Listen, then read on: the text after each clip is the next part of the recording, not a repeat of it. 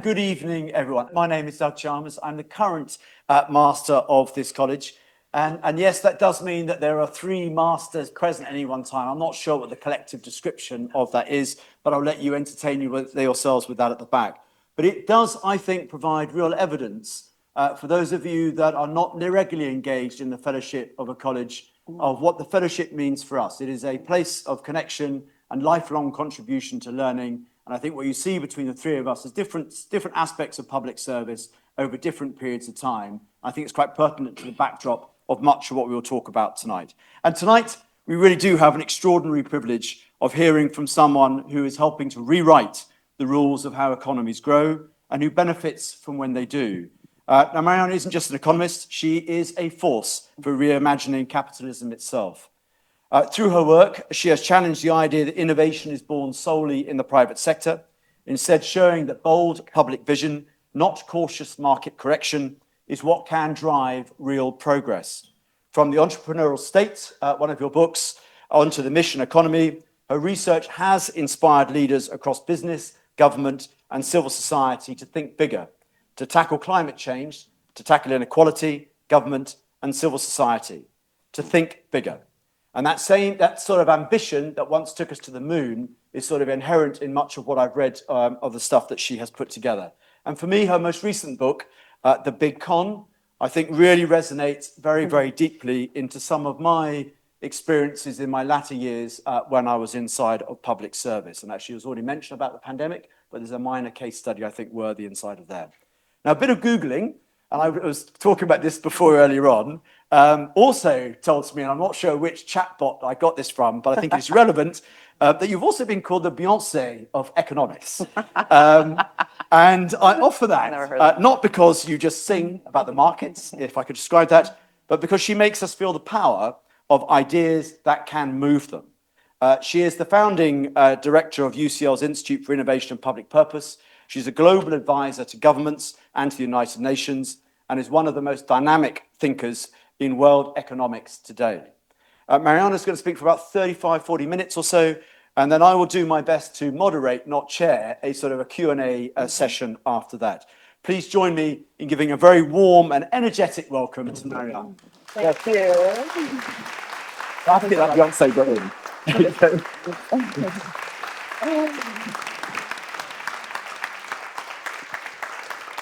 So thank you so much to Richard, to Doug, especially to Fiona, who asked me to do this. And we had to nail down the date when I was free.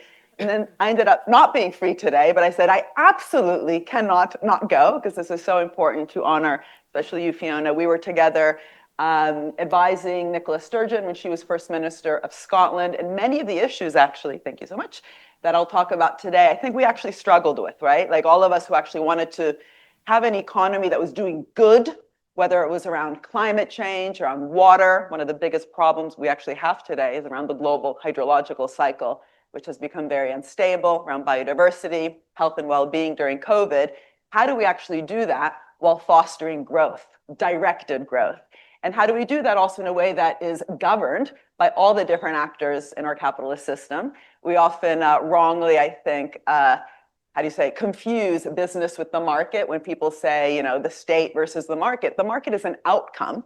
It's an outcome of how we choose to govern and to structure our public organizations, our private organizations, our civil society organizations, including trade unions. We should all remember the only reason we have weekends, Saturdays and Sundays, best social innovation ever, is because the trade unions fought for that.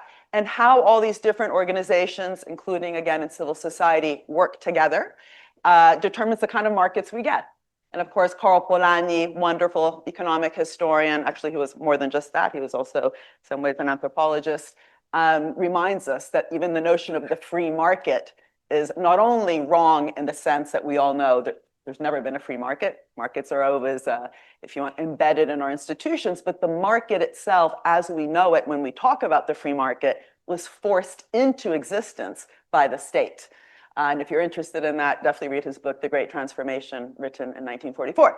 But anyway, so for me, I think this is a positive message, right? Because all the problems we have, and I'm sure we'll talk a bit both now in my presentation and the Q&A on the problems, but they are outcomes of decisions we've made. And so that's both depressing because it's like, oh, we made the wrong decisions, but it's also full of hope because there's nothing deterministic in the system. There are no market forces, forcing, for example, companies to be overly obsessed with their quarterly returns. That's a choice. We know there's many different ways to structure companies, in fact, right? Not just maximizing shareholder value, but also stakeholder value. And what does that mean? Anyway, so that's really where I want to kind of just begin in terms of the context. I have way too many slides, so at some point I'm going to start clicking through them. In fact, I even have my stopwatch, which I forgot to put on, so I don't talk too much. But it's really also to give you a flavor of why I think this matters and the work that my institute, I have two friends here from the institute, Emily and Anna, that I've set up called the Institute for Innovation and Public Purpose, the work we've been doing around the world around bringing this notion of purpose and public value back to the center of both economic theory and practice. And again, even though many people complain against all the politicians, I've been very lucky to work with some amazing policymakers in Barbados, Mia Mottley, in Brazil, President Lula, but also in Camden, where I live in London, Georgia Gould. She's actually now an MP, but she was the leader for Camden Council for quite a while. And I'll be bringing some of the lessons that I've learned along the way. And ultimately, what really, I don't want to say bothers me because I'm going to get too negative too quickly, but what frustrates me is that even though we know that, again, the market is an outcome of how we organize the economy, so on and so forth, and that growth is an outcome of investment in both the public and private sectors, we often then stifle the conversation by forgetting that unless we're actually bringing the what's to be done, whether it's around climate, biodiversity, health and well-being, to the center of how we think about the economy, then we will end up getting a trade-off between the what's to be done and economic growth. So for me, this idea of kind of market shaping and mission orientation is all about kind of flipping that narrative and saying, why don't we begin with the goals and then backtrack and structure the economic system to deliver on it? And in so doing, actually help both catalyze growth, but along the way solve problems. And during COVID, that was mentioned, I was asked by Dr. Tedros, who runs he's the director of the World Health Organization. He first asked me to be the chief economist of the WHO. I said, no, life's already too complex. But I said I'd be happy to run a council on the economics of health for all for the WHO. And I brought together many women economists, and people said, why only women? I said, well, why are there only men on all these other councils? And it's funny because Dr. Tedros actually, like many Ethiopians, speaks Italian. So we would swear in Italian so no one could understand us when they asked that question. But what we did in this wonderful 11-woman council that I chaired for 3 years was precisely to do what I've just done. We said, if health for all is the goal, what does it mean for how we think about value? What does it mean for how we innovate and collaborate and form public-private collaborations around innovation that's needed for health for all? What does it mean for how we finance? So we go away from thinking about financial gaps as though there's a hole to fill, and there is a big hole, something like 7 trillion for the Sustainable Development Goals, but going away from a hole to thinking of the shape of finance, the structure of finance, if we actually care about health for all, and also that idea of public sector capacity. So we actually worked, and I'm going to come back to capacity because that's key to everything, that idea that, on the one hand, we should always make the argument that we need to invest in health, and it's also good for the economy, but that's not enough. Invest in health for all and ask what it means for the economic structures. Again, that's that kind of narrative flip that I'm very interested in. And of course, both in the UK, but also in Germany, if you look at what happened in Germany in the previous government, and the reason it fell was due to this false dichotomy. You had Minister Habeck, who was the Minister of the Economy, coming from the Green Party, wanting to do the green net zero, a stimulus package across the German society and economy, and then the finance minister, Lindner, saying there's no money. Right, constrain, go back to like a measly little budget for green. And of course, then when it came to defense, money, as usual, comes out of thin air. So this idea that there's a limited budget and there's trade-offs, a bit more on climate, is going to be less on education or less on health, except during war when all of a sudden all these budget constraints disappear. But it was very interesting if you compare some of the discussions here today in terms of where is the ambition in terms of this current government and the degree to which we're really putting what Lula would call the ecological transition at the center of how we structure the economy, and this idea that there's these budget constraints and there's fiscal rules that are limiting, if you want, that ambition. But again, what happened in Germany I thought was absolutely incredible, and then the government actually fell because of that. Oops, and sorry, this is the self-promotional slide. What I've really tried to do in all my books, including the one I'm writing, actually handing it in tomorrow to Penguin, called The Economics of the Common Good, and I'll come to that one at the end, has been actually to try to debunk so many of the false assumptions behind everything I've just said, both in terms of what is the market, but also what do we know about places that actually we call, how do you say, hubs of innovation like Silicon Valley. What was that kind of distribution, that division of innovative labor between the state, business, and other actors? And I wrote The Entrepreneurial State really to debunk this idea that the state was just there to kind of fix a market failure and then get out of the way. And when people didn't like that story, I said, well, then throw away your iPhone, because everything that makes your smartphone smart and not stupid was actually not only state-funded, internet, GPS, touchscreen, Siri, and more, but through public organizations that were actually mission-oriented, purpose-oriented. The internet came about because there was a problem to solve. The satellites had to communicate. The Navy came about because GPS came about because the Navy was trying to solve a problem, to know where all the ships were.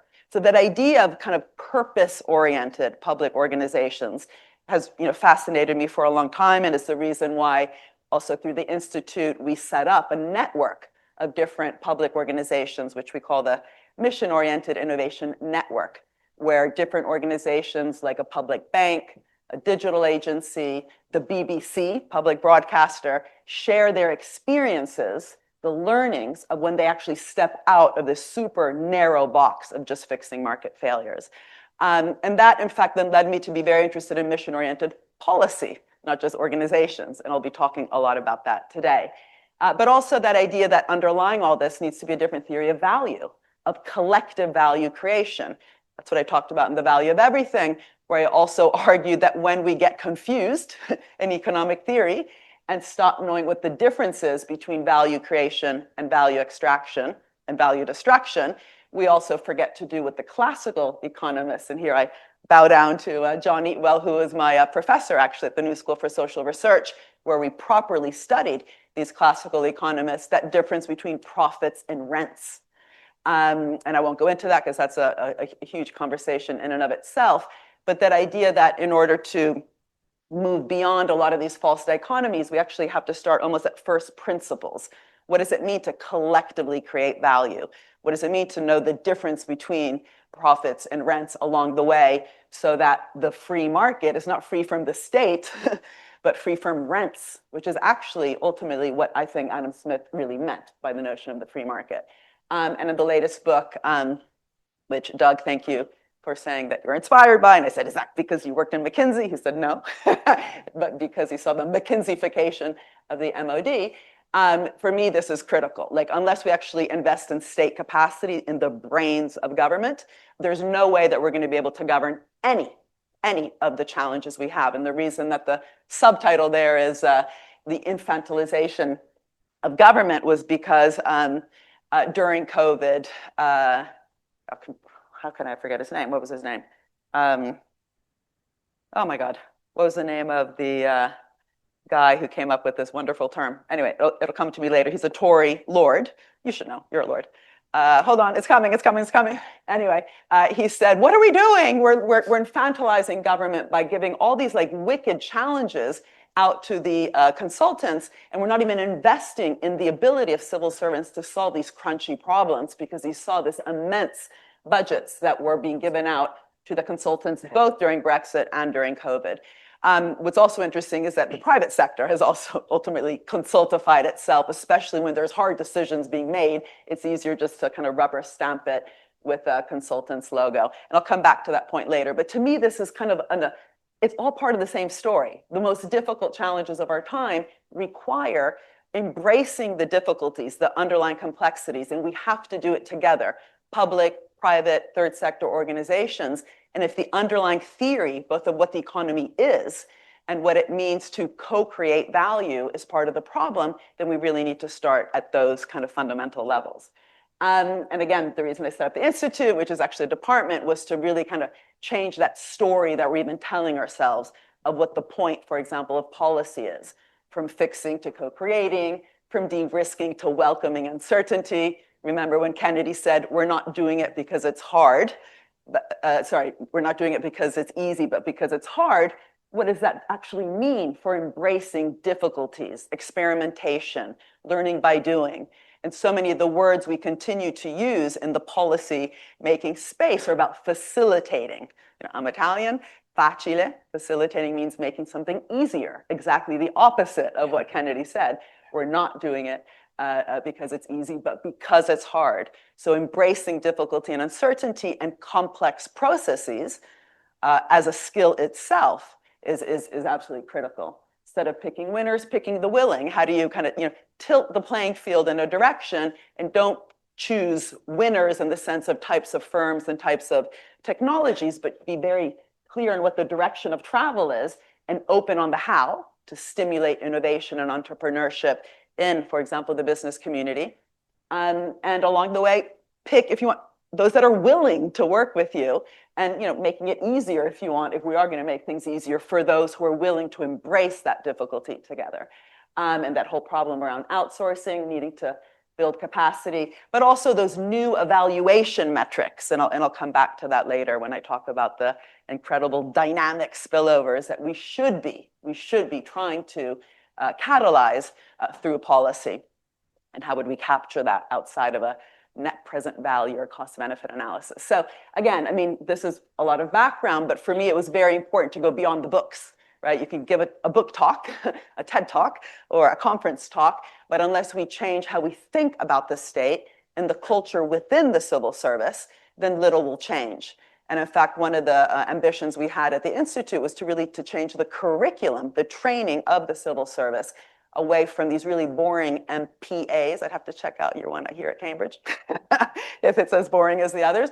But this idea that at best you're going to fix a market failure and everything that then falls from that is what we tried to transform. And it's not a coincidence that literally the names of the courses, when you take an MBA, Master's in Business Administration, are so much more interesting, right? Decision sciences, organizational behavior, strategic management. That's because we value business. We know that business creates value. So the training of managers is much more proactive and more interesting. So there's books about rejuvenating the mature corporation, right? Because when companies become big and bureaucratic, they should rethink themselves. Whereas when we see public institutions as big and bureaucratic, we roll our eyes and talk about red tape, Kafka, bureaucracy. So a lot of what we've tried to do in the Institute is also to talk about creative bureaucracies. And what does that mean? Going back, of course, to the writings of Weber. And so what I want to do is really kind of put a lot of this in the context of the current issues in the UK. The idea that also they've adopted this idea of missions, which again, I'll come back to in a second. But we should also, and I think this is an important slide because we sometimes forget, the biggest problem in this country for a long time has been that lack of investment, not only in the public sector, but the private sector. And what we can do when we shape markets, not fix them, what we can do when we bring clear directionality and mission orientation to catalyze public and private sector investment is precisely to kind of get rid of some of that inertia. So the problem in the world is not profits. We have a very high profit share globally in global GDP. It's investment. And in many countries, not just the UK, we have lagging growth because of lagging investment. And this is quite extraordinary. Had the UK invested the same as the average OECD on the public side, we would have invested 500 billion more. But the fact that we continue to be very low in OECD rankings on the private side is something that I don't think is talked about enough. I think Brexit made it worse, but it was already a problem before. So what does it mean to also really stimulate business investment in such a way that is not about being business friendly, that kind of insecure talk that makes me often say I walk in as an economist, come out as a therapist, but to really kind of rethink that social contract so that any public tool, whether it's procurement, public loans, subsidies, guarantees, are actually conditional on business doing its job, and the public side doing its job, because as we see, there's a problem on both sides. And this is also why I was, quite, happy that Keir Starmer and this current Labour government put this idea of missions at the center, both of the manifesto and then for a couple months after winning the election, the talk around that. And I want to really ask, forget the negativity, what could it mean for this economy to really have a mission-oriented approach? Growth is not the mission. Growth is important. Without growth, everything else doesn't follow. But what does it mean to actually think about growth as the outcome, not the goal, as the outcome, if we can actually catalyze, stimulate that multiplier effect, the Keynesian multiplier effect, by actually increasing the expectations in the business community of where future opportunities lie in this country, but also, again, with care of a new social contract. And I'll focus quite a bit on issues around climate, because I do think that that second mission there, making Britain a clean energy superpower, if we actually really transform that to be about sustainability across the whole economy, what would that look like in terms of different types of missions that could, in fact, move us beyond what I think we currently have, which is lots of inertia. But if I have time, I'll say something also perhaps about making Britain's streets safe, because living in Camden, where we've seen so much crime after 15 years of austerity, where lots of young people have really been left behind, where we ended up cutting so many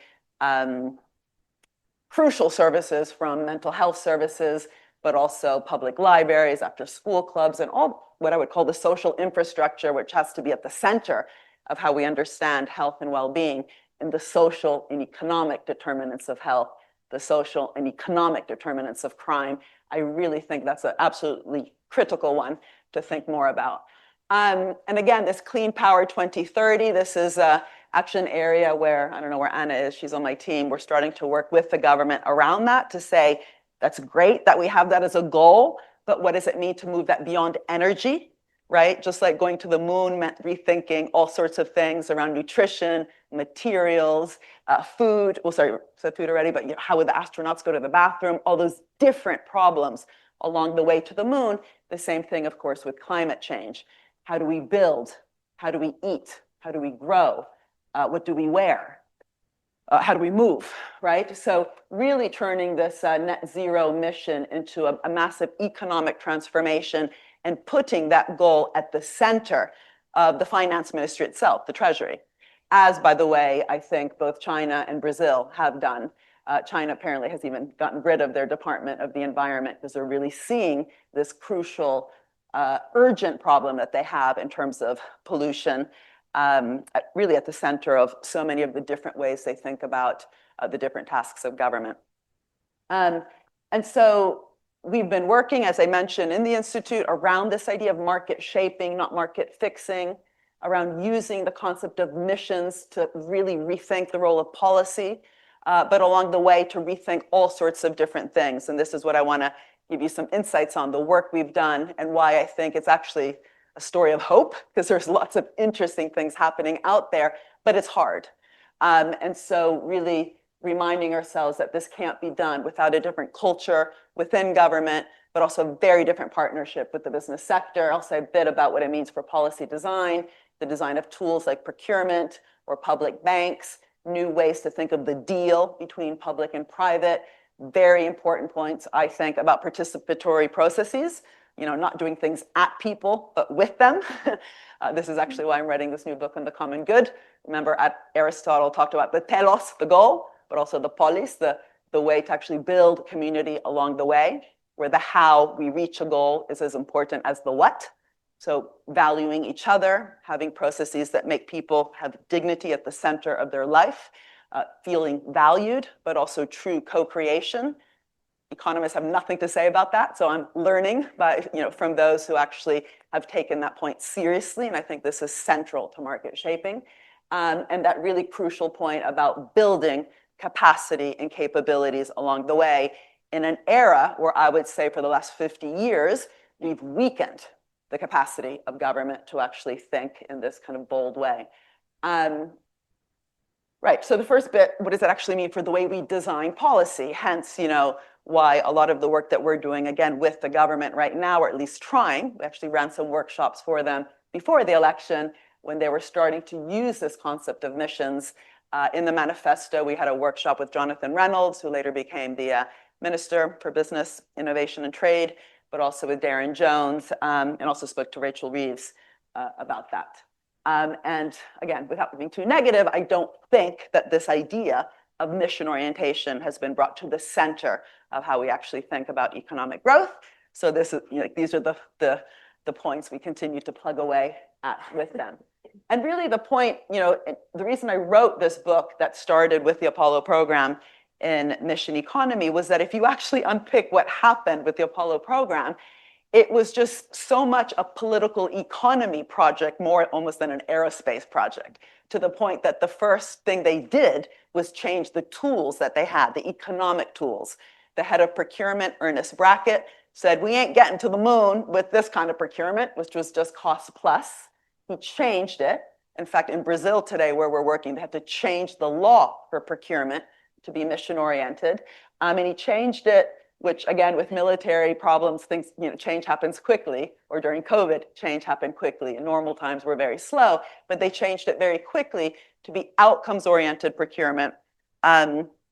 Focus on all those problems. Again, how would the astronauts go to the bathroom? What would they eat? What would they be wearing? And it was through that outcomes orientation that they stimulated all sorts of different innovations. But what was also very interesting was the confidence they had, right? Because they knew that NASA had a very important role in that procurement contract. And these are contracts. Everything's a contract. An intellectual property right's a contract. A water right is a contract. When we collaborate on innovation, there's contracts. The procurement contracts, they had no excess profits. So no rents, coming back to the concept of rents in the classicals, in the contracts. And so that confidence that, of course, NASA is important, it's kind of leading, the mission, but that they were going to leave open the how, and they needed to work with the private sector. 400,000 people worked with NASA in the private sector to solve those problems. And the fact they had that problem orientation produced huge amounts of growth. As you see, all these technologies, from camera phones, foil blankets, baby formula, baby diapers, software, right? These are all solutions to problems that NASA set itself. You can, just by reading some of these innovations, you will realize these had huge effects on Earth in our civil economy. And in fact, because they had problem orientation through public-private partnerships well designed, economic growth followed.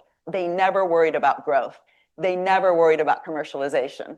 In some work that I've done with NASA over the years, a paper I wrote, which is on the NASA website, looked at how, interestingly, as they became less mission-oriented, and indeed the constitution of NASA changed in the end of the 1990s, they worried lots more about commercialization as part of the kind of big, I would just call it Thatcher-Reagan change in how we thought about the role of government. They, surprise, surprise, ended up commercializing less. So when you obsess about growth, when you obsess about commercialization and stop asking the big question, what is the mission?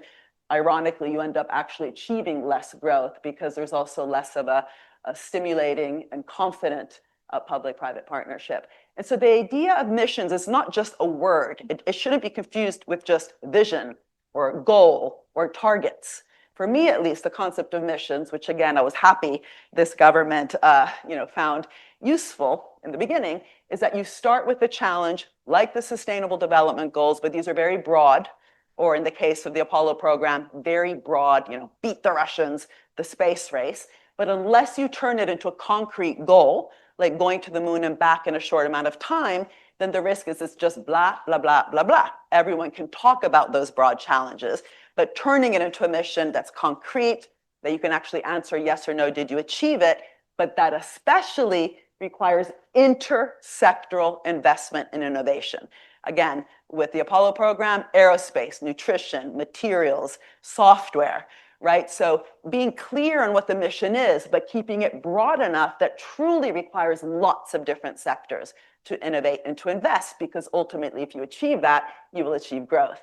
And then transforming all the tools governments have, and they've got a lot of them, even a small country like Barbados has lots of tools, procurement, loans, guarantees, subsidies, bailouts during COVID, to stimulate bottom-up innovation towards mission accomplished. And this isn't, by the way, necessarily doing more. Many small countries or developing countries will say, oh, but we're not a big country, we can't do missions. It's exactly the opposite. Every country already invests in lots of things, right? Food, transport, materials, natural resources, and how to actually have a mission-oriented approach, which then allows the sum of all these projects to be bigger than the parts, that provides more alignment, and especially that kind of intersectoral, but also interdepartmental way of thinking. And I had the honor to work with the European Union on this. It was one of the only times where I wrote a report that literally within a couple of months turned into real change. So there's now a missions instrument in the European Commission based on the work I did with them. However, I was quite critical because for me, the missions in the European Commission should have gone to the Cabinet Office, to von der Leyen's cabinet, especially for the whole discussion about the Green Deal. Instead, it remained just within the Horizon program, so the DG for innovation. And that's great because it at least was a tool there, and now there's about 30 billion, very little, by the way, if you divide by European GDP, but still, it's there to test it out, to sandbox it. But for me, at least, missions are about bringing goals to the center of how we actually think about how the economy works. But these were just some of the examples that I kind of raised in the report there. And the criteria, if missions aren't bold, they're not going to work, right? Just remember everyone looking up at space and the inspiration for a lot of young people to go study STEM subjects on the back of that. So if a mission can't even be remembered by not only citizens, but also the businesses that in theory are working with government, then it's probably the wrong mission.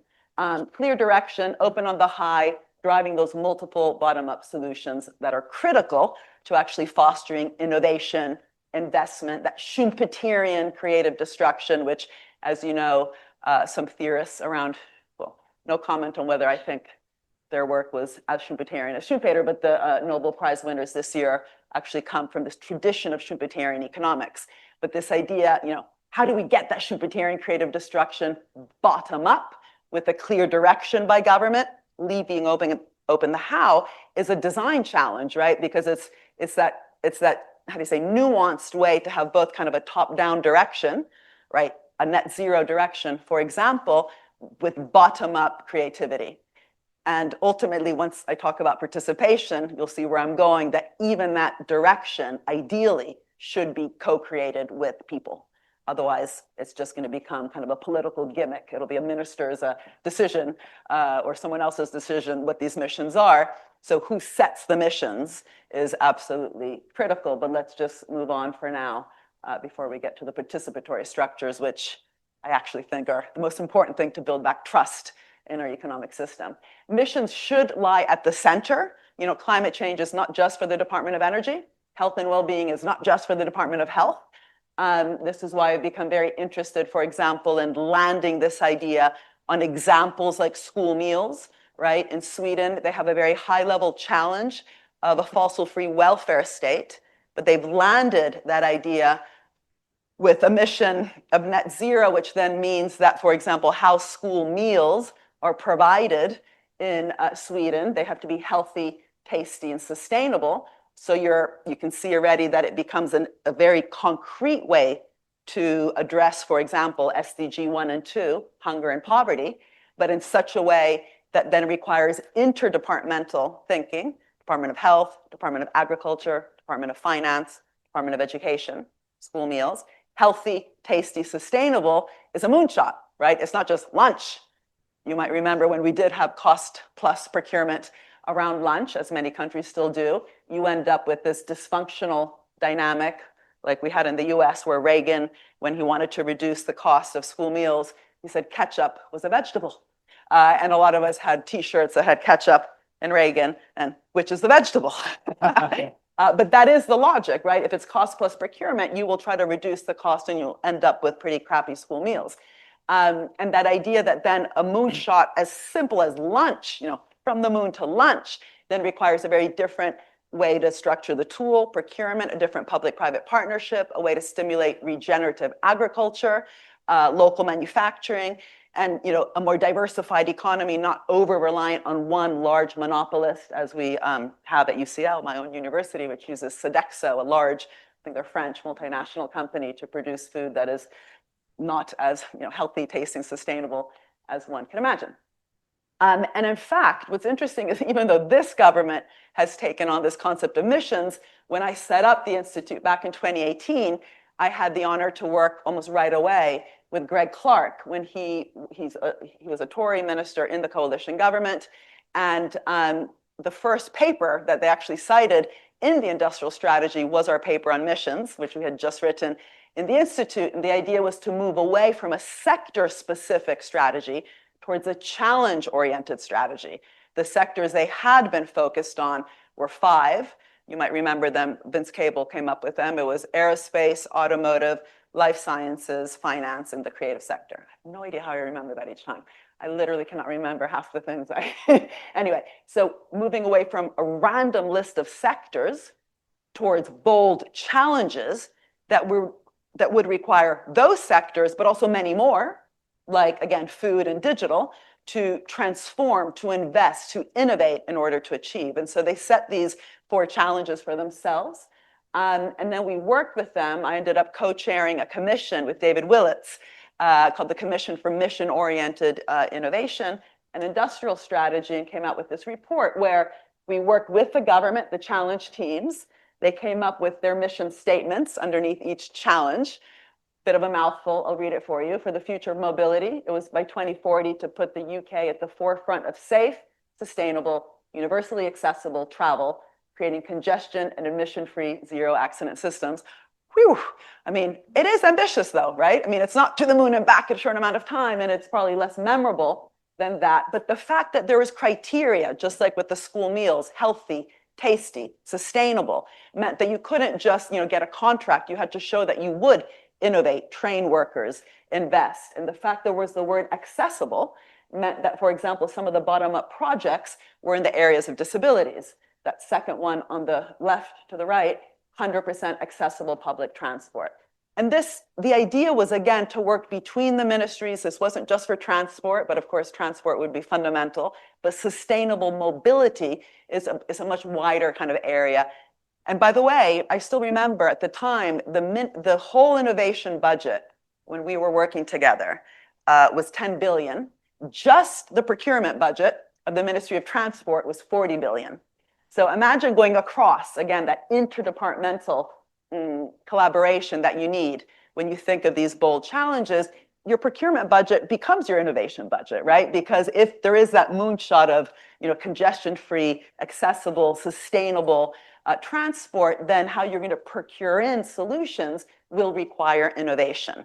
So it's also about taking innovation outside of its little silo of the innovation budget and using all the tools governments have to do that.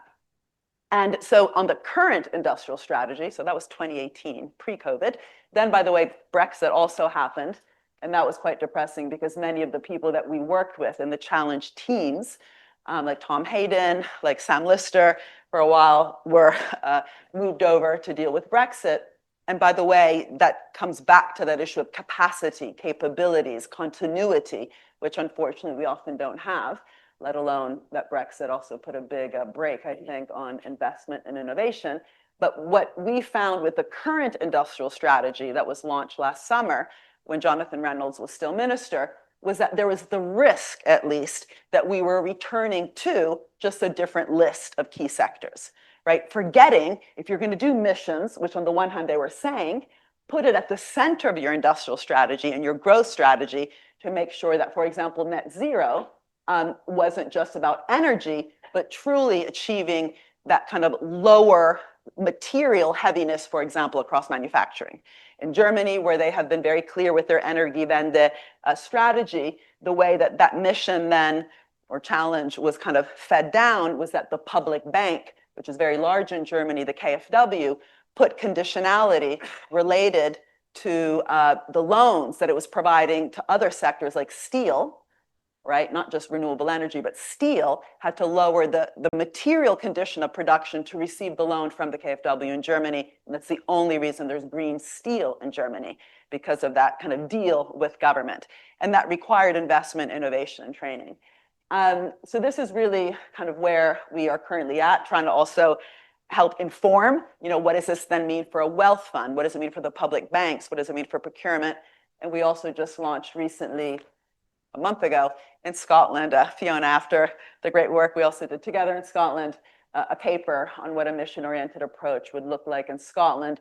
This was on the back of actually working for almost 5 years in Scotland, setting up the mission-oriented investment bank there.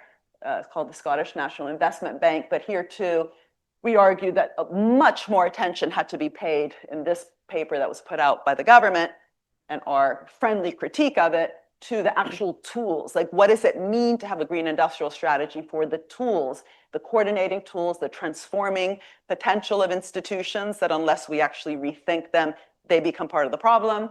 Many public banks, by the way, are part of the problem.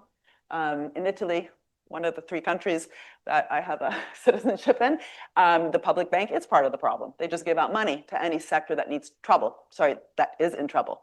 I'd say similar actually to here, right? Steel has been in trouble here, and we bail them out, we save them, we don't transform steel. What does it mean for the capabilities and monitoring and evaluation, making sure we have true additionality, making things happen that otherwise would not have happened in the economy.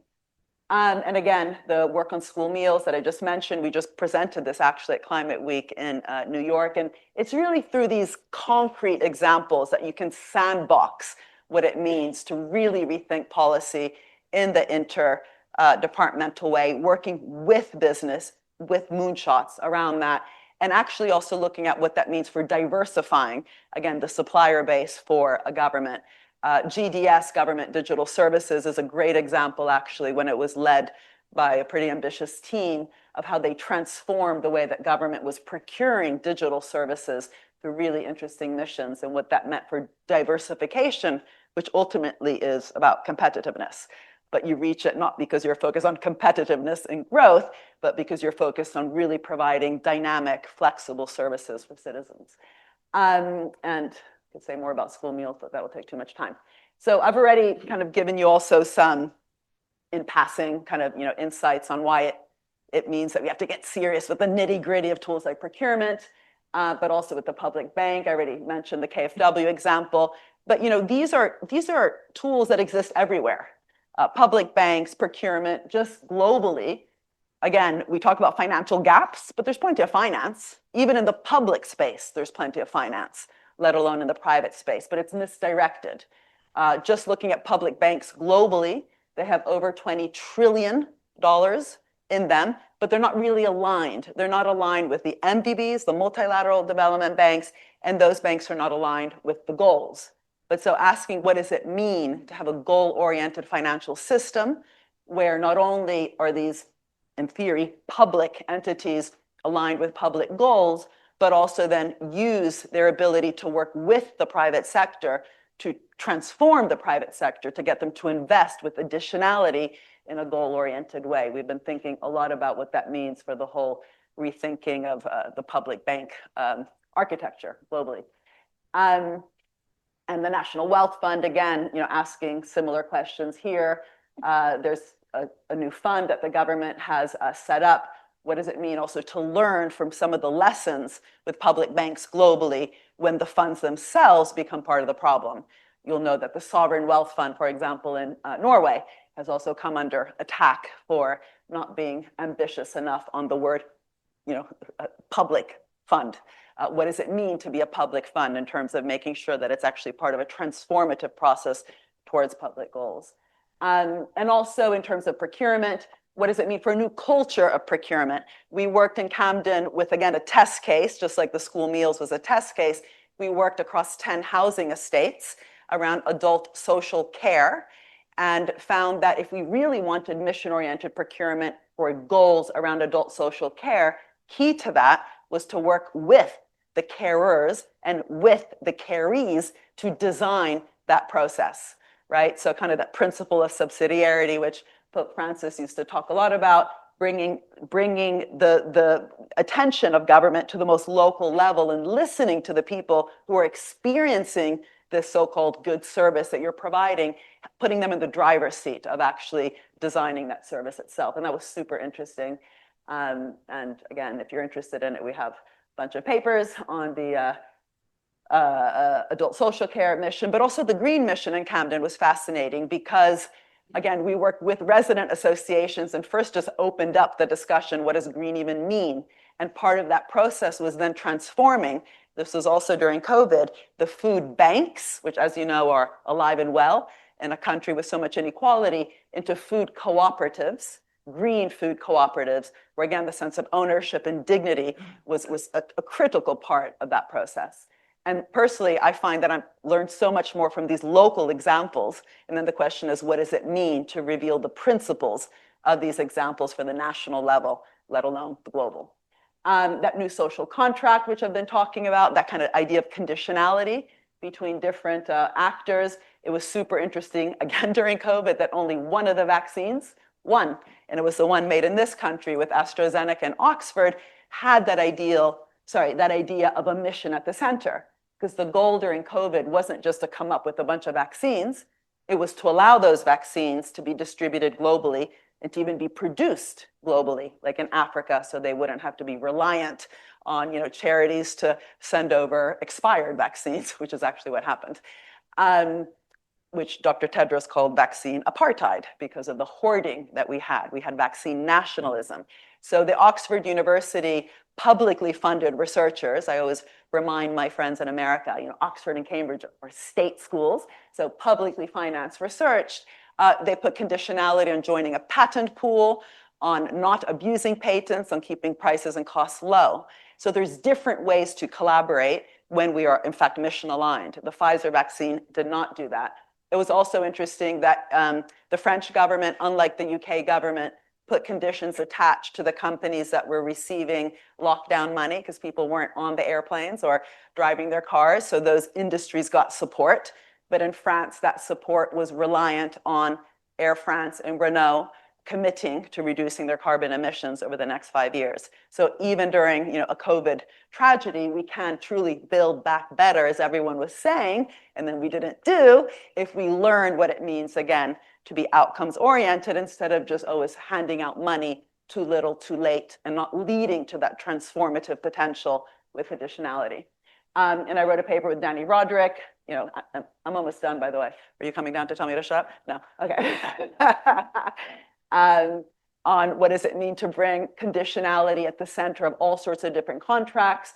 We had the honor to work with Gina Raimondo, who was the Secretary of Commerce for Biden around the CHIPS Act. She had actually called me when I was up in the Alps, and I said, I'm busy. They said, no, you have to speak to this woman. She's the Secretary of Commerce in the US. She's read your books and wants to talk about how to learn from the mistakes made in Silicon Valley to put some conditionality at the center of these public subsidies that were about to be given to the chips manufacturers. And we focused on 2 or 3 that we thought were really central in an economy that has so much shareholder value maximization extraction, right? $7 trillion is what the large US companies have spent just to buy back shares, to boost stock prices, stock options, and executive pay. That condition of no share buybacks, conditions of improving working conditions and energy efficient supply chains were the 3 areas we focused on. They ended up making a longer list, which some people have critiqued as an everything bagel. But again, it's not about conditions or not conditions. Of course, we need conditionality in order to make sure it's a good deal. Then the design challenge, of course, is to make sure it's not too long, so it stifles innovation. But that idea that this was a moment where we could actually learn the mistakes from the past. Similar in Scotland, we've been advising how to bring some, a better deal. A green deal is about a negotiation, not just money given out by the government. And that idea of public sector capabilities. Apollo's head of procurement, same guy I mentioned, who transformed procurement from cost plus to outcomes orientation. He said, if we continue to outsource our brains, it's McKinsey, which was founded in the 1920s, was already getting into the halls of NASA. He said, we won't even know how to work with the private sector. So market shaping requires knowledge, capacity, capabilities. He said, we're going to end up getting captured by brochuremanship, which was cute because there was no PowerPoints at the time. It's coming. Theodore Agnew, that's him. Is he your friend? No? Yeah, Agnew, that was his name. Yeah, so he's the one who said, what are we doing in this country? We're infantilizing the public sector, and that idea that all these issues actually really require reinvesting within the state and stopping that excessive, because some consultants and advisors, of course, are needed, but excessive consultification. And interestingly, in the story we tell in the book, actually, a lot of that actually happened during labor, during new labor. So it's not even a partisan issue. But again, that's a different story. And we did a study actually during COVID of which countries did better. And these were countries in the developing world. We were comparing actually developing countries. It was Rwanda, Togo, Vietnam, Kerala, who had made investments in their civil service on the back of previous crises, including in the infodemic side of things, governing data and digital platforms. One of the reasons why Agnew called out that alarm bell was that we were spending during COVID here 1.6 million a day on Deloitte doing the test and trace, which failed, and then had to be, again, done in other ways by government, but all that money that's kind of not just wasted, but not used to invest in our ability to be more prepared next time around. So Gov Labs are really interesting, welcoming that experimentation, trial and error across government. We've been working with quite a few organizations of this sort, like in Chile, Laboratorio de Gobierno. So it's one thing to say, welcome risk-taking. It's another actually to put that at the center of the culture of how we think about the government as a laboratory to test things out, like outcomes-oriented school meals.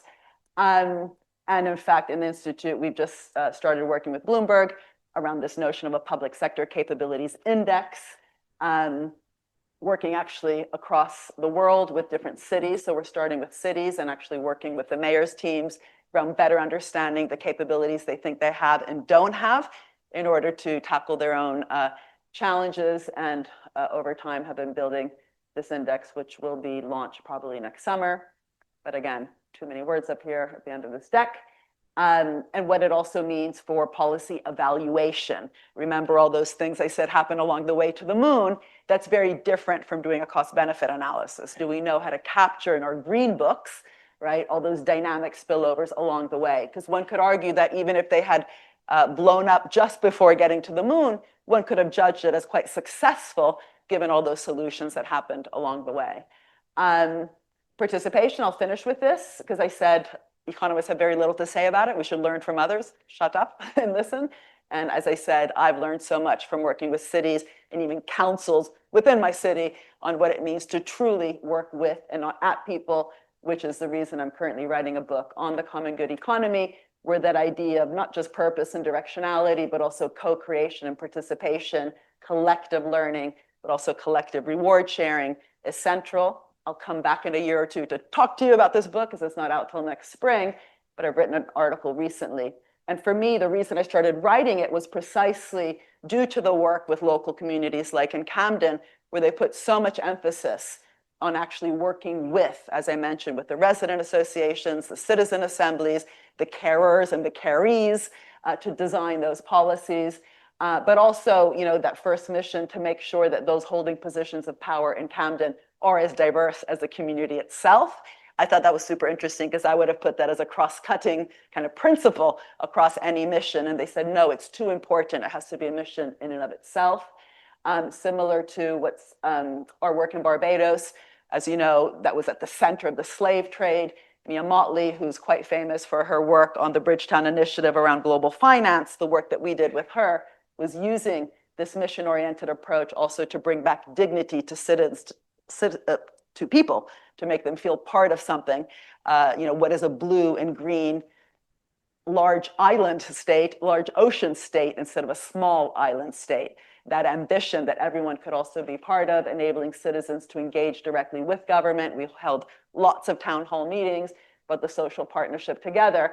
And it was very interesting that they actually put as one of the principles going across all their missions, promoting the Bayesian culture and identity, as well as, like Camden did, a mission itself around that to transform Barbados into a country of active, involved citizens. All Bajans will feel empowered and engaged in the social, economic, and cultural development of the country as confident, creative, compassionate, and entrepreneurial citizens.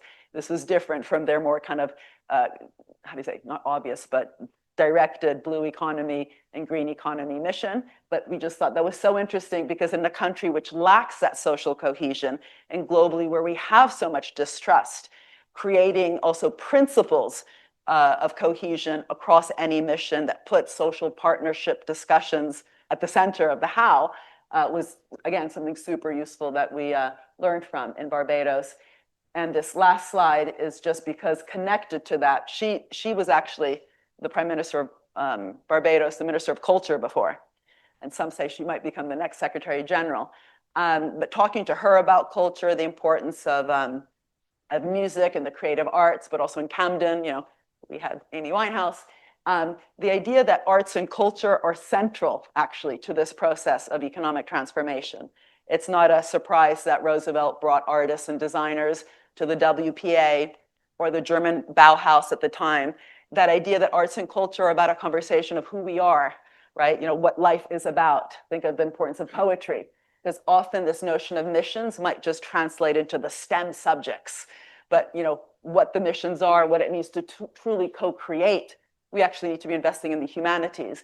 And that idea, and I know that for John Eatwell here, it really matters also, given your own interest in music, dance, and the orchestra work that you were telling me before that you do.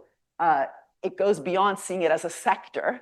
It's really about that national conversation of what is this all about. So we just set up a working group on this and had our meeting 2 days ago. We had George the Poet, Peabody Award-winning podcaster Alvaro Barrington, Anthony Gormley, Brian Eno, as well as the Treasury folks, DCMS, actually asking why is it that culture is so siloed in this country, and wouldn't it be great if we actually had not just missions and redesigning these missions in a way that are more mission-oriented, but actually opening up the black box of what kind of society, what does it mean to live a good life, and start with those conversations and really make them about a cultural conversation instead of just going right away to, you know, what's the right kind of industrial strategy.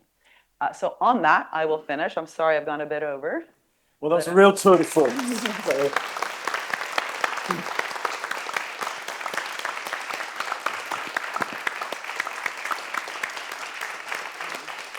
Can you take one question to start with? Sure.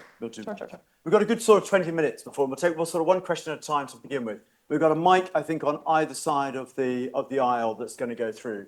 So if you raise your hand up, when you get the mic and you answer the question, introduce yourself to start with, just get a little bit of background to answer it. And you were first at the front here. And then I will go back up.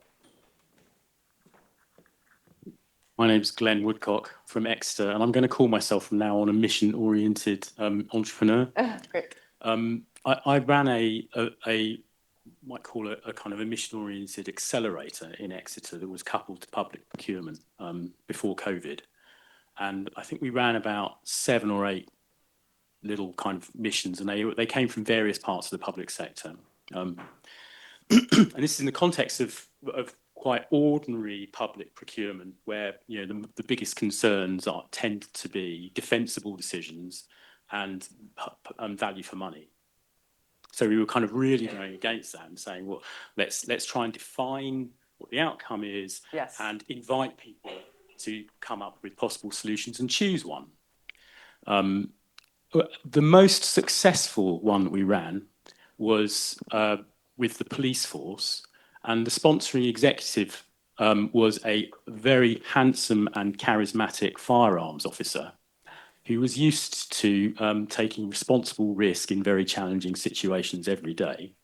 And he provided a great deal of air cover and encouragement, forceful encouragement, to do things differently. The least successful one we ran was with the university, I'm sad to say, where the responsible executive was largely absent, and we were only really working with the procurement officer.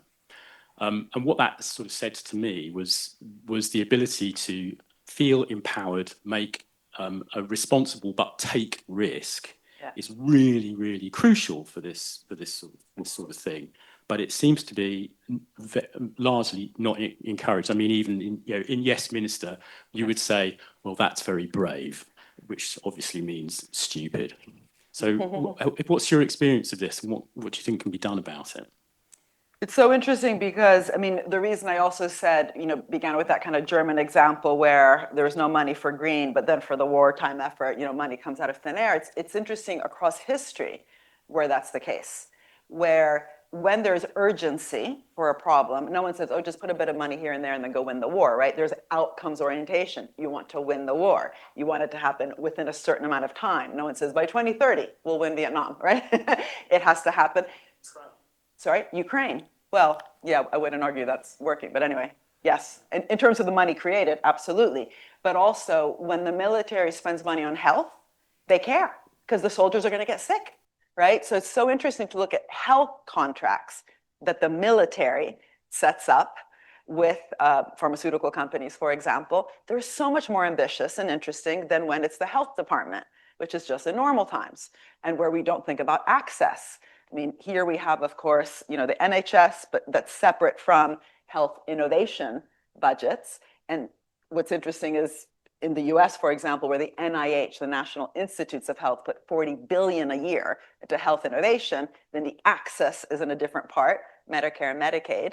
And in fact, people don't have access, right? Here it's different. We have a welfare state, but it's still the taxpayer comes in once or twice or 3 different times, and it's very inefficient. But with war, because we want to win in a short amount of time, they not only take risks because they have to actually explore, which solutions are going to work. They're not going to go with solutions that don't work, but it's more ambitious, both in terms of the time they're setting themselves, but also ambitious in terms of that public-private relationship. And it's not surprising to me that it was the military-industrial complex that started to think about these different types of procurement contracts that weren't just, low risk and low cost that you're basically alluding to.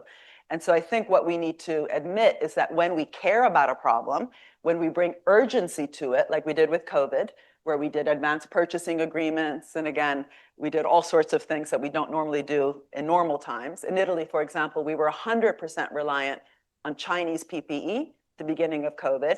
You'll remember most of the people dying early on were in northern Italy. And within 3 months, that's all it took. All of our PPE was made by Italian companies, small and medium size, 137 of them. Then COVID goes, away for now. And we're back at the old industrial strategy in Italy that doesn't work, old procurement policies that don't work. And so I think that's the point, that we have to almost hold the system accountable. We know how to do it for war. We know how to do it for COVID. We choose not to do it for these other problems. And it's not that we don't know how. We don't need all this evidence. We know how to do it. So that idea that actually you need not just the risk-taking, but you don't start with that. That's just a principle. You need to care and want to solve a problem quite quickly and to do it in an outcomes-oriented way. And if you care, you will, of course, embrace the underlying risk and uncertainty because you got to find the solution. And if you already have the solution, then this isn't even a conversation.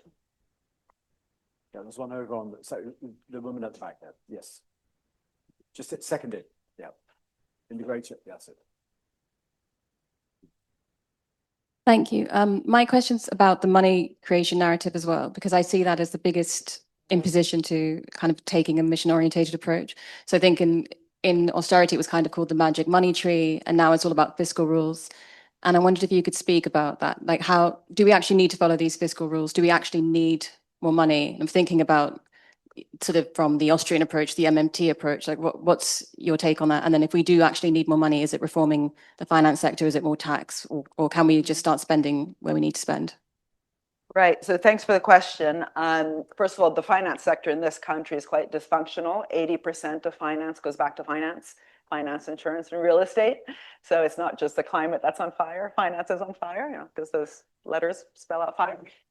So coming back to that first point, the structure of the financial sector, the structure of the business sector, not all companies are like Carillion and Thames Water, which just give out money to shareholders and not reinvest back in. But we do have a certain type of corporate governance model in this country that's quite different from, for example, ones that we see in Scandinavia, that we should be learning from each other what works, what doesn't, especially if there's a progressive government. But the whole fiscal rule thing, I mean, it's a made up problem, which is what you're, I mean, and it's really sad actually, because it's like, oh my God, not again. So first of all, even just before you get to the fiscal rules, what we saw in Europe, for example, after the financial crisis, everyone was supposed to cut their deficit to show they were going to be fiscally responsible in order to receive any recovery at the time from the so-called Troika, and they did. So Italy, Spain, Portugal, the so-called PIGS, Goldman Sachs comes up with these great acronyms, Portugal, Italy, Greece, and Spain, reduced their deficits to the point that they were so proud, we're even running a surplus. And Spain cut their publicly funded research and development. Again, look at who won the Nobel Prize this year on the importance of R&D spending, by 40% to reduce their deficit. They all reduced their deficits, and yet what happened? Debt to GDP rose, right? So that's just the first basic math ignorance, right? Which is X over 0 is infinity. You don't need a PhD in mathematics to know that. So you can reduce the numerator, and as long as you've also reduced all the long-run drivers of the denominator, you can get this dynamic where you have low deficit but high debt to GDP. That's just, sometimes it's just important just to start with that. It might sound obvious, but it's not. If you go back and hear, all the conversations on the news during austerity, it was that confusion between those two numbers. Separately, the fiscal rules, I actually wrote a letter with Gus O'Donnell and the ex-head of Kings, Mohammed El-Arian, and Lord O'Neill in the Financial Times begging Rachel Reeves last September, not this September, the one before that, to relax the fiscal rules because they made no sense. They wouldn't actually allow that catalytic public investment that was required to crowd in the private sector. And they made minor changes, but definitely not enough. So the current fiscal rules, sorry? Investment is not included in the fiscal rules. Yeah. It's not. It's not. No. Yeah. So The fiscal rule does not squeeze investment. No. Well, it depends what investment, not all investment. So what the fiscal rule had a couple different problems. One was the assumption that you needed to produce as much, if you want, tax revenue as what you were going to spend and invest in some parts. We can talk about this later, but also the time that kind of return would have to show itself for the public entity making the spend and the investment, and we are going to have to be much longer than the current structure. But these are self-imposed. And the point is not that they're right or they're wrong, they're stupid or they're smart. It's how do you actually think about the fiscal rules in such a way, coming back to my early point, if you want to get a job done, what does it mean for how you structure finance? How do you do outcomes-oriented budgeting? And if you have really tight rules that then require you to start cutting here and there, as opposed to really looking at that kind of outcomes-oriented finance, then we have a problem. And the point about MMT is government's not a household, right? I mean, and we always see it, again, with wartime budgets. We remember government's not a household, government can't create money. But if it's just helicopter money and you're not expanding productive capacity in a mission-oriented way, then it will just cause inflation. That's a separate point. The worry about the bond markets and so on. I personally don't know any period in history, maybe John, you do, where the bond markets penalized a country that had a smart industrial strategy that would promise, in fact, to catalyze public and private sector investment. What happened to Liz Truss was they penalized the government for having what one could call an insane taxation policy. Or you might have a penalization, definitely in the global south, they do get penalized because of the hypocrisy that they're not allowed to do what we do. But that is sort of a made up problem. So as long as you have a strong narrative, a vision, and prove that your policy has the potential to really expand productive capacity, to be catalyzing that missing private sector investment and have those crowding in effects with additionality, there's no need to worry about the bond markets. So that's also kind of, I would argue, a made up fear. You're very patient. Down the third row up on the side here, the lady in the black. Yeah. Then I will come to you, and then I promise I'll get back to you in the center. Hello. Oops. Stefania Fiorentino, associate professor here at the University of Cambridge. So I work on regional inequalities and urban transformation and regional transformation as well. Sorry, I missed the first word. Gender equality? No, urban regional transformation and inequalities. So actually, I wanted to follow up on the concept of investing in the capacity, well, of the public sector, and I very much agree with that. But I wanted to ask your views on how does this investment in the capacity work in countries where you've got very deep structural inequalities, and for example, the UK or Italy, which is my country of origin, where in many cases, the places where you need to invest the most are the ones that are maybe growing less. Sorry, that are what? Growing Less. less. Yep. And therefore then, the interest of politics might be, going in different directions and have to please also what voters think. And again, I'm thinking about this country, but not hinting specifically at specific parties.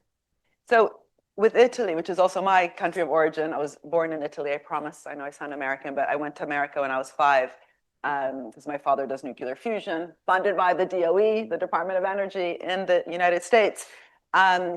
What's interesting in Italy is that there's such weak administrative capacity and implementation capacity, not because of the DNA of Italy, but they literally have not invested in it, to the point that every year they give back money to the European Commission that they receive from, for example, structural funds, because they didn't manage to spend it, right? So that idea, I mean, I personally think that we should get rid of the bad conditionality, say, linked to World Bank loans and European loans and so on, that were just about reducing the fiscal space, that deficit reduction. It should be conditional on, are you actually going to not just receive money, but invest in your capacity to administer and to implement.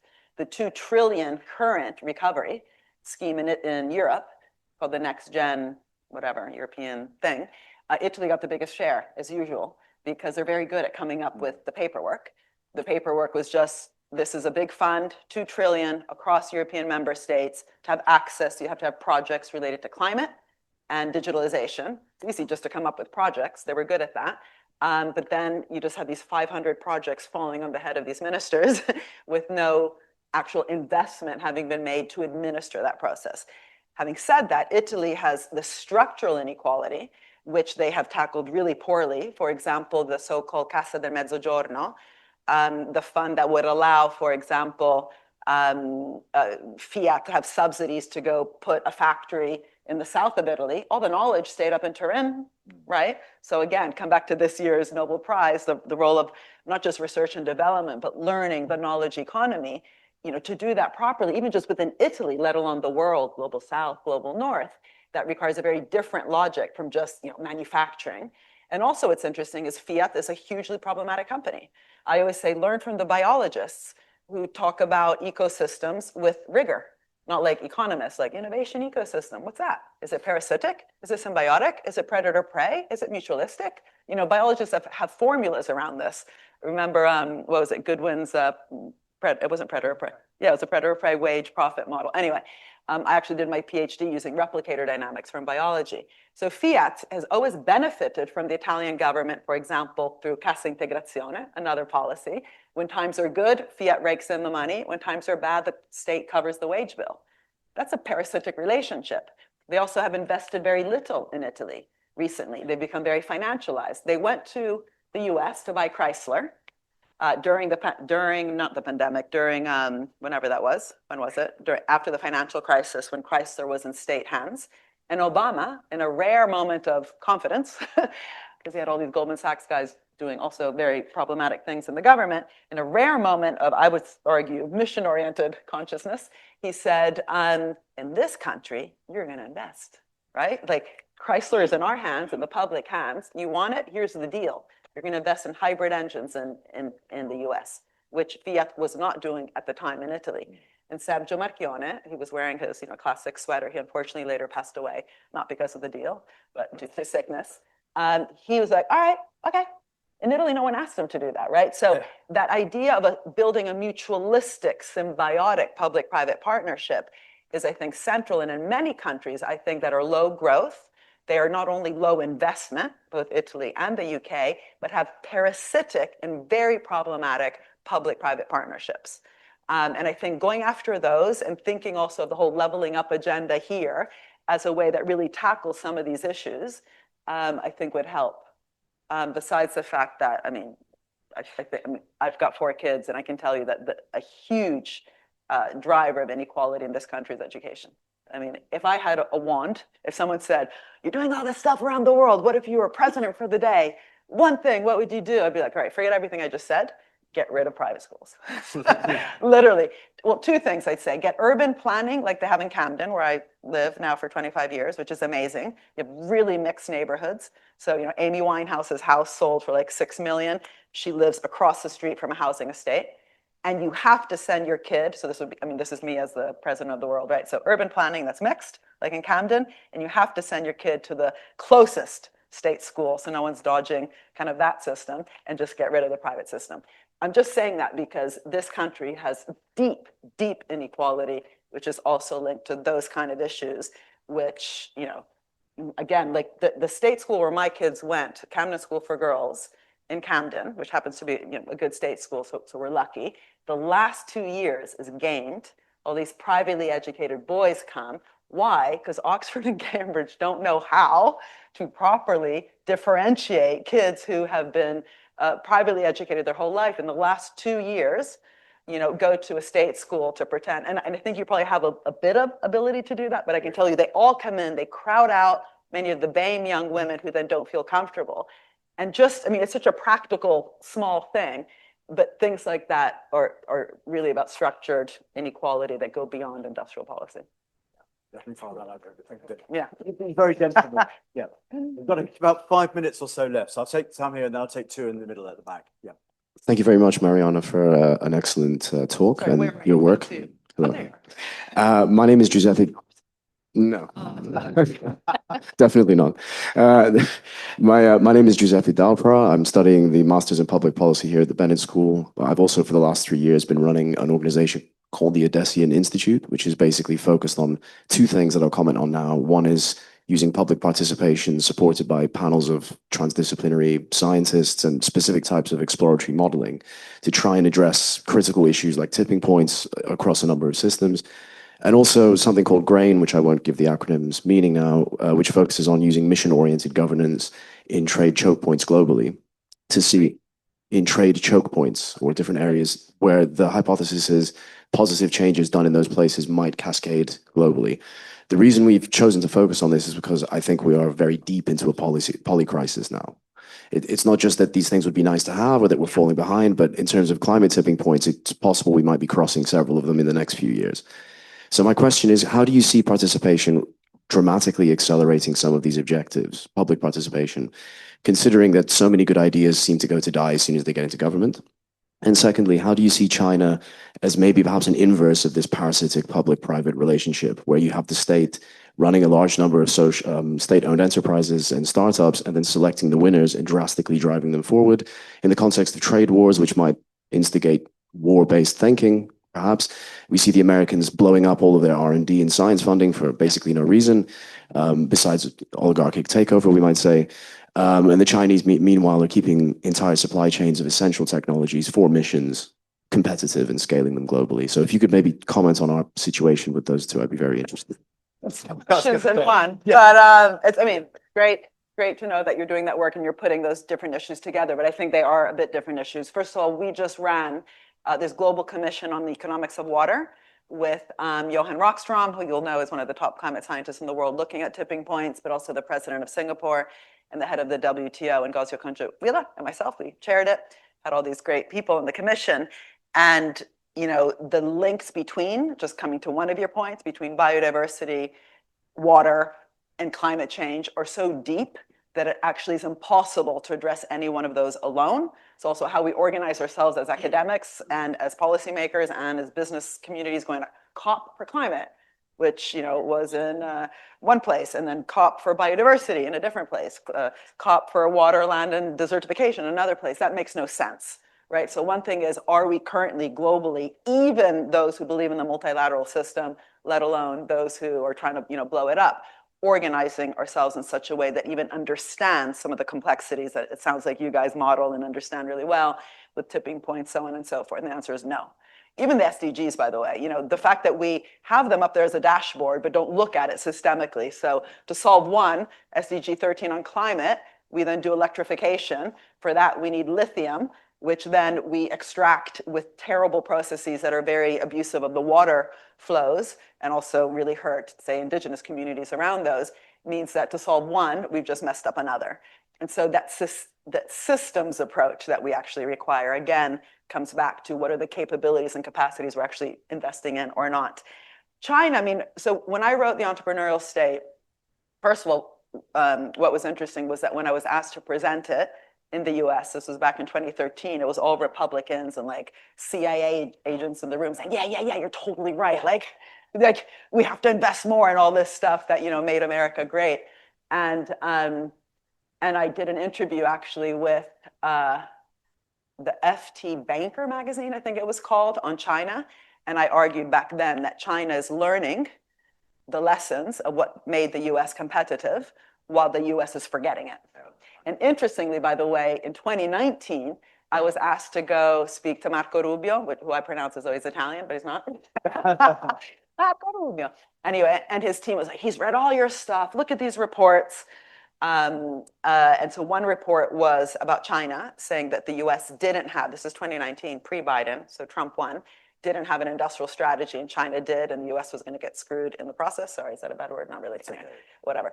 And the other one was about the US corporate governance system. So how much extractive, if you want, behavior there was within corporate governance. And so in the first one, he had cited the entrepreneurial state. The second one, value of everything. I'm like, that's so weird. You're reading my books and you sound like a Democrat. I was like, are you sure you're not a Democrat? And they said, oh, but we believe in family values.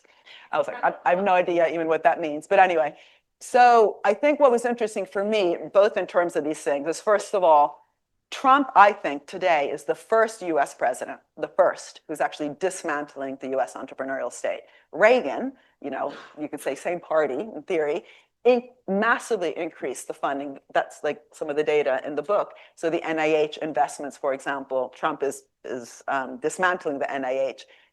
Reagan increased the spend. So the irony of the US system was the state has always had a visible hand, not an invisible hand, but they pretended not to. They talked Jefferson, but acted Hamilton. At the time, no one understood what I was talking about. Now, because of the musical, I was like, oh yeah, got it. Yeah, okay.